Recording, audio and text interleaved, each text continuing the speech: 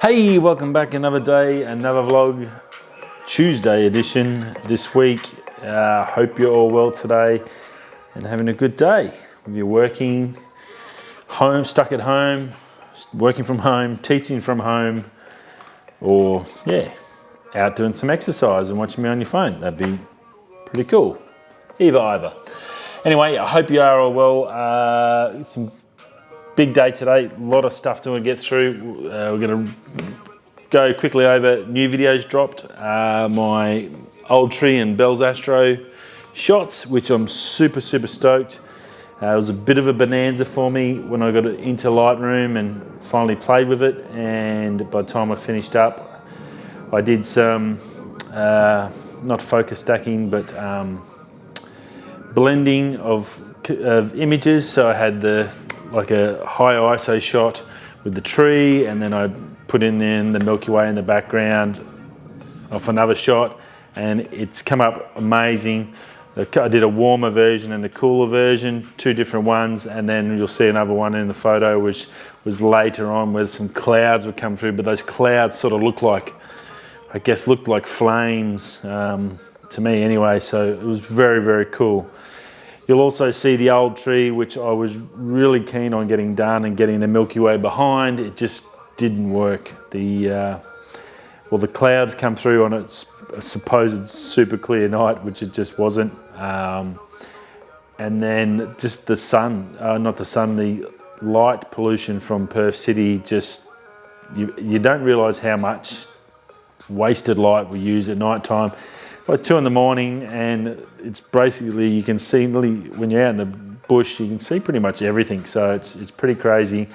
And then even when you get the photos, you can see all that bleed on the right hand side of most photos from the photos I have taken at the tree, and you just see all that light just bleeding into it, so it's a real shame. And I just didn't matter what I did, I just couldn't get that Milky Way to come out, stand out, because of that fact. I think it has more so the light than the clouds that stuffed me. But the move, again, my backup plan of moving and having a second option worked out really well. That was the third time I tried to do it, mind you. So I had a plan in place, and I went to shot back in the car. I knew it wasn't going to work. Got back in the car, took off the bells, and I ended up with the images you'll get to see when you watch the video. So go check that out. First one went up on Instagram as well today, so if you haven't got a YouTube account, you can definitely see it on Instagram as well, so go check that out. I'm super stoked with it. It's probably it is my best Milky Way shot I've ever done so far. I do have some others from Whiteman Park area that I've got to get to. I still haven't got to that video, but I think that might even be a little bit better. I don't know. Until I get it in Lightroom and check it out, you never know. But yeah, so I'm good. I'm super stoked with my progress in the last 12 months since, I guess, retaking up photography, and I think it shows in that video, so how far I've come, and I'm very excited about it and where I can go from here. So thanks for being a subscriber and enjoying. If you haven't subscribed already, down there, hit that. You'll see more videos, my photography journey, news, reviews, and all the other stuff. So I do appreciate you popping by. Now, also, we've got the supermoon tonight. Don't forget that if you're out and about. I did get some test shots last night with the 300mm Super Takumar just to get a gauge. It's looking really good. I'm got to go down and I'm going for me ride, get some exercise. I'm going to go check out my spot. We're going to get shots tonight, so I'm pretty happy about that.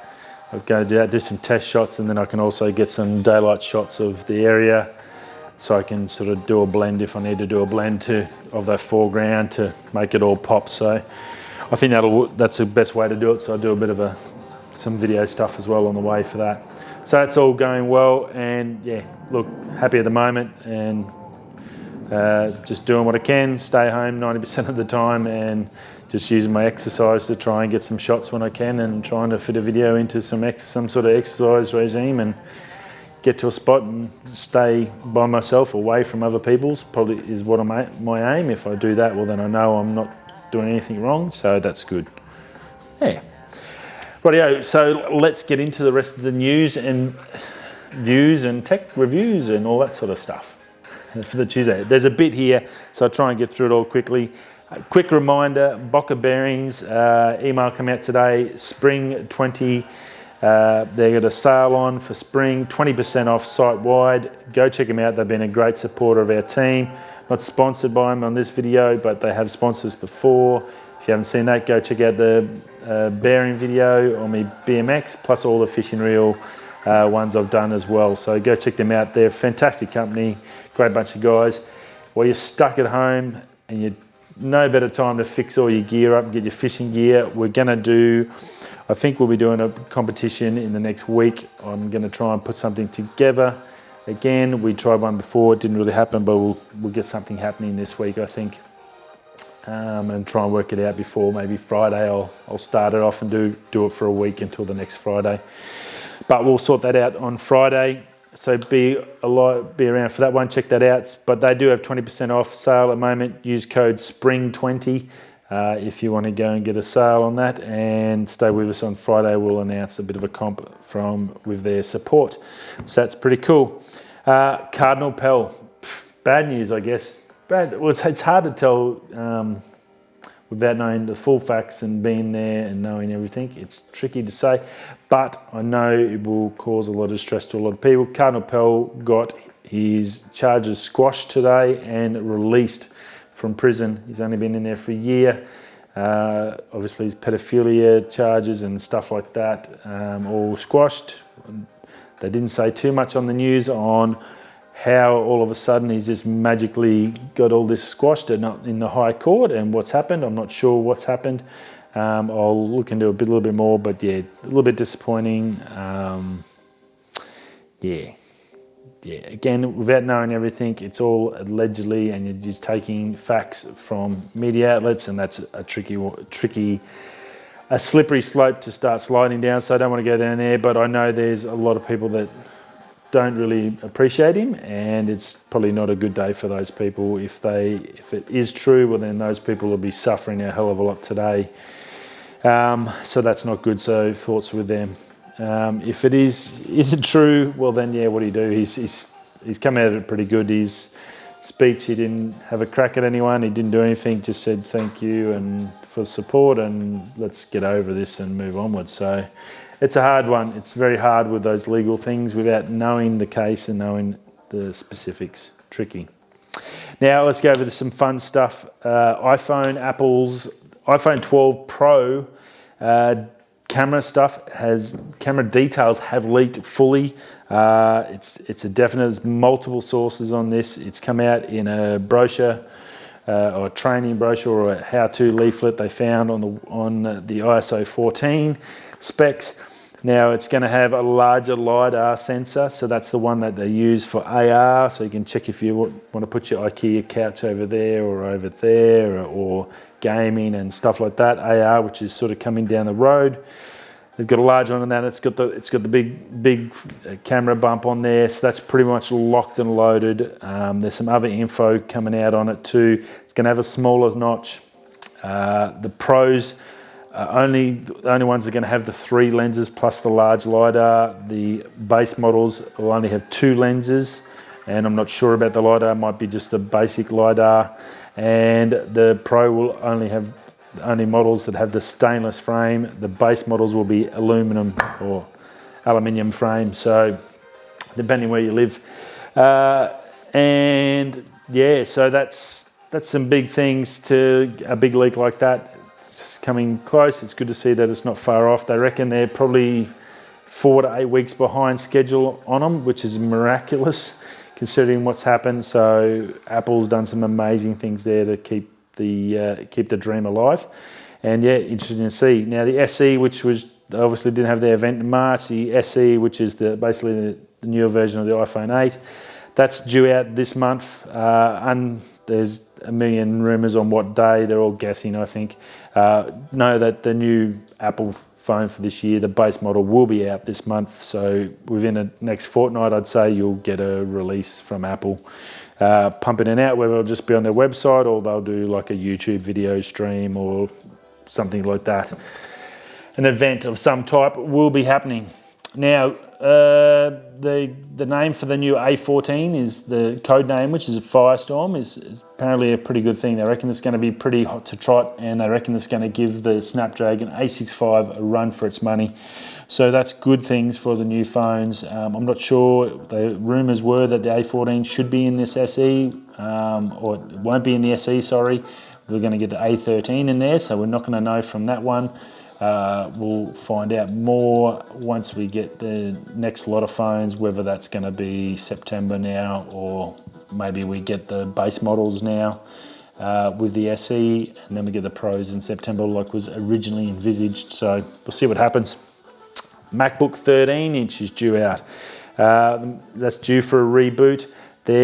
Well, it should be a 14-inch. They should take the screen size up to 14-inch and get that new A14 chip in there and all the other gear on that. So we're looking for a change on that at the WWDC. That'll be June maybe. It's going to be very hard to pick dates now because it's going to be all on logistics, how they can bring stuff out. It'll probably be a staggered drop for most of these items all the way up to July, maybe doing a monthly event to keep everyone interested, I guess might be a good thing. Also, there's patents out and a lot of rumours running around about Apple looking for underwater mode. So they're going to be adding things onto their iPhones. So not just touchscreen, able like knobs and bits and buttons as such, to allow full underwater mode. So you can use your camera and your phone completely underwater. Obviously, you're not going to be able to use your phone. It's going to be blub, blub, blub, blub, blub, blub, blub. But cameras and bits and pieces and apps and stuff like that. Why you'd want to, I can understand the camera side, that would be fine. Maybe just a camera button or something, or some sort of thing to do that. So that's in the works for them, and they're looking at a way to do it, some sort of difference to the panel where you can be able to touch it, or a button of some sort. So there's lots happening in the Apple world. Intel's new Comet Lake series chips go on sale this month, or end of this month. 10th gen i9 will be running 10 cores, 20 threads. They're going to have to come out with something really firing. AMD's hot on their heels to smash them in every department, including the mobile. So Intel really needs these ones to be winners and to not have any stuff off whatsoever that are going to let AMD just walk all over them. It's a big market, and AMD is killing it at the moment, so it'll be huge news when these drop, and to see how they go against the big boys, Team Red. Right, over to COVID, we'll go through that. There's a heap happening on the COVID front. Some positive stuff we'll talk about now. There's multiple camera companies and the UN as well looking for creatives to provide videos, photos, how-tos, whatever's on to help with the COVID-19 issue. The UN, if you go over to talenthouse.com, you can get all the details. They'll provide you the information, also some assistance, so you can make a video that will then be sent off to the UN. If they think it's great, then they'll start pumping it out through everywhere. It's a great way to get exposure. So if you're looking for a way to pump your channel up, I've already got some ideas in my head on what I can do, is to get over there, check that out. It's going to be ongoing, and obviously there's going to be no money in it for you up front, but it's a great way to get exposure for your channel or whatever, and might get yourself out to that audience to go viral or stuff like that. So go check that out over at talenthouse.com. Fuji's doing a thing for students, up to $3,000 worth of gear for you to make movies in the same sort of guidelines. So go check that out over at fujix.com USA. If you're a student, I'm not sure if that translates to the rest of the world, guys, but go check out at Fuji as well. They're doing some really wicked things. That's an amazing $3,000 worth of gear is awesome in anyone's language, and it's not to be snubbed at all. If you've only got to make a video and you can score that, you are laughing. So go check that out over at Fuji. Rightio, so options, some things come out today in the news for Australia, our options. Now they're saying we're in a very lucky state where we have it semi under control. We've done really well. Because everyone's sacrifice and doing the right thing. We're semi under control, and we're lucky because we're an island and stuff like that. So very lucky. They're saying 3 options, and it's a pretty scary bunch of options. But I'll run quickly through them. Option 1 was herd immunity. That's when we get to 60% of the population that has it and recovers. Obviously, you're looking at deaths. They're talking about 30,000 deaths. But it'll be fully over in 6 months and we go back to normal life.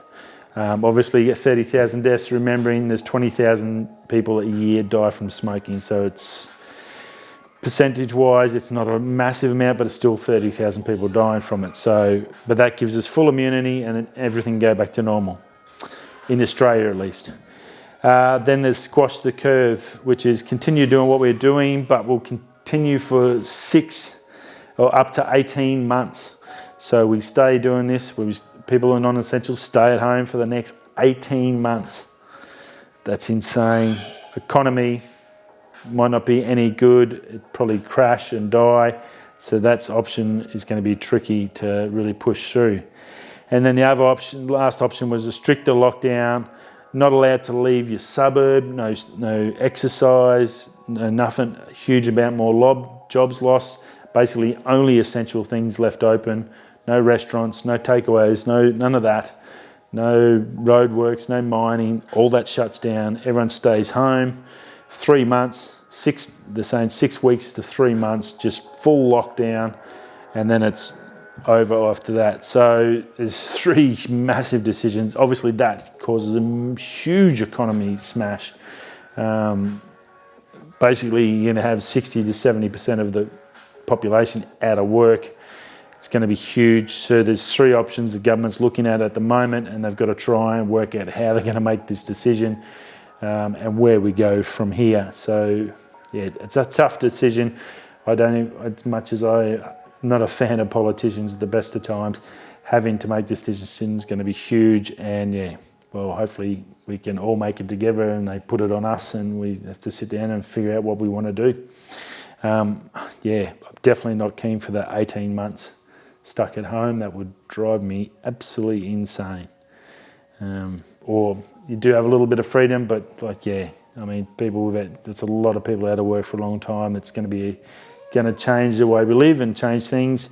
I think the herd immunity, as much as it sounds terrible to say we're going to lose 30,000 people, well, it's a way just to completely negate this diseases or this virus's effect on our society by just taking the loss. And they go, I mean, yeah, who knows, I could be one of the ones that die out of that 30,000. You just don't know. But when you're talking about things like this, it's about the whole of the people than the one person. What's that old saying? The will of the many over the one. So yeah, something like that. Anyway, so that's it. That's pretty interesting. It's probably not the best way to leave you on not a happy note, but it's definitely something to think about. And obviously these guys in the ivory towers are up there to make those decisions, and they've got to make some tough decisions, it looks like. So it'll be interesting to see what we see in the next couple of weeks or the next week. Righto, guys, I'll see you all again tomorrow on Wednesday. Don't forget to go watch the new video. That's out, Bells. I can't remember what it is. Go to the channel, you check it out. It's in the Photo Journeys playlist. You'll find it there. Thanks for stopping by. I appreciate your support, and I'll see you all tomorrow. Whether you're heading that way, or that way, I'll see you soon. Peace.